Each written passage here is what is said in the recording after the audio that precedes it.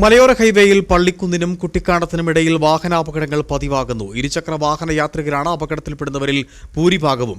Road നിർമ്മാണത്തിലെ അശാസ്ത്രീയതയാണ് അപകടങ്ങൾക്ക് കാരണമെന്നാണ് നാട്ടുകാരുടെയും ആരോപണം.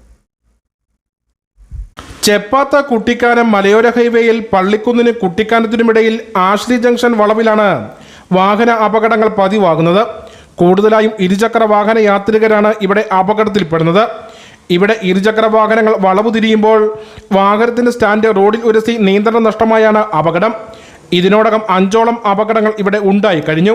വളവിൽ ഒത്തിരി അപകടങ്ങൾ സംഭവിക്കുന്നുണ്ട്. മരണങ്ങൾ അങ്ങനെയൊന്നുമില്ല.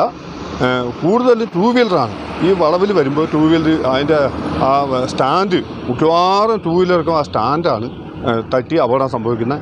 ഈ 2 ആഴ്ചയ്ക്ക് മുമ്പ് പോലും അവിടെ ആ വളവിൽ ഒരു ബൈക്ക് ഇങ്ങനെ വന്ന് തട്ടി അവിടെ നിന്ന് സ്ലിപ്പ് ചെയ്ത് ഇങ്ങേ സൈഡ് വന്ന്. അപ്പോൾ ചില അപകടങ്ങൾ ഇവിടെ തലനാരിഴക്കാണ് മാറിപ്പോയിട്ടുള്ളതും. വളവിൽ റോഡ് നിർമ്മാണത്തിലുണ്ടായ അശാസ്ത്രീയതയാണോ എന്ന കാര്യവും ആളുകൾ മുന്നോട്ട് വയ്ക്കുന്നുണ്ട്. മേഖലയിലെ അപകട സാധ്യത മനസ്സിലാക്കി പൊതുമരാമത്ത് വകുപ്പിന്റെ ഭാഗത്തുനിന്ന് അടിയന്തര സുരക്ഷാ നടപടി ഉണ്ടാകണമെന്ന ആവശ്യം ശക്തമായി കഴിഞ്ഞു. News bureau, Peermade.